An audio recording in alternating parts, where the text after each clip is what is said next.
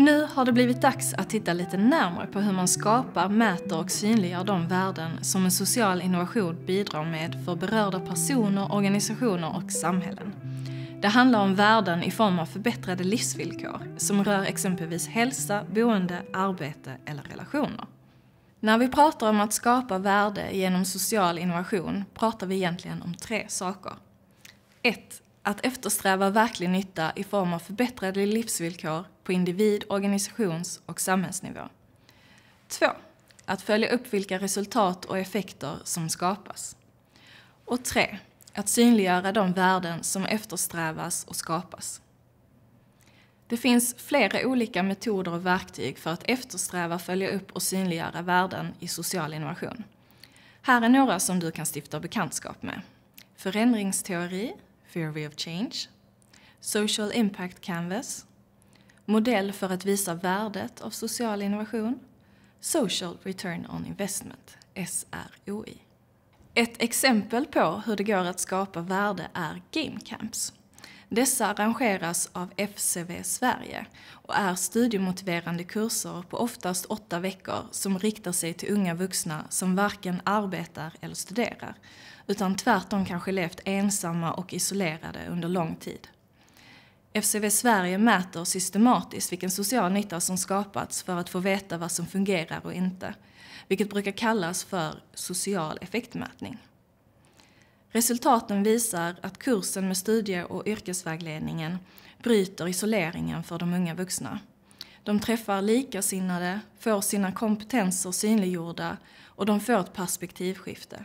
Plötsligt kan de se en annan möjlig framtid för sig. Idag börjar 97% studera efter Game Camp och 100% av deltagarna skulle välja att rekommendera insatsen till andra i en liknande situation.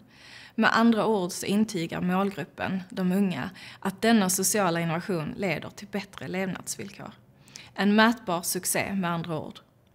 Värt att nämna är då att bara 90% av ungdomarna vid det första kurstillfället kom ut i utbildning.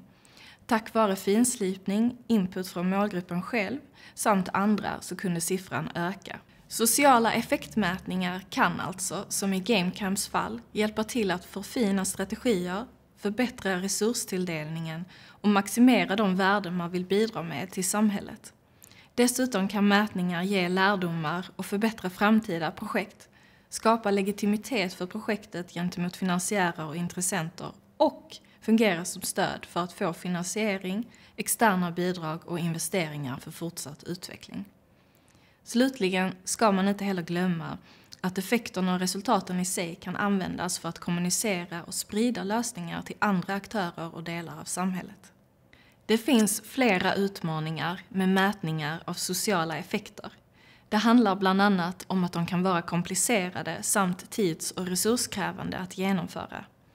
Det kan även vara svårt och missvisande att reducera mångfacetterat värdeskapande till mätbara siffror. Dessutom kan man fråga sig vad som händer i ett samhälle där kravet på kvantitativ mätbarhet prioriteras över mer svårfångad samhällsnytta. Det gäller därmed att lägga sin effektmätning på en realistisk och rimlig nivå i förhållande till insatsens resurser och omfattning. Så där, det var en introduktion till den del som handlar om att skapa värde i processen för social innovation.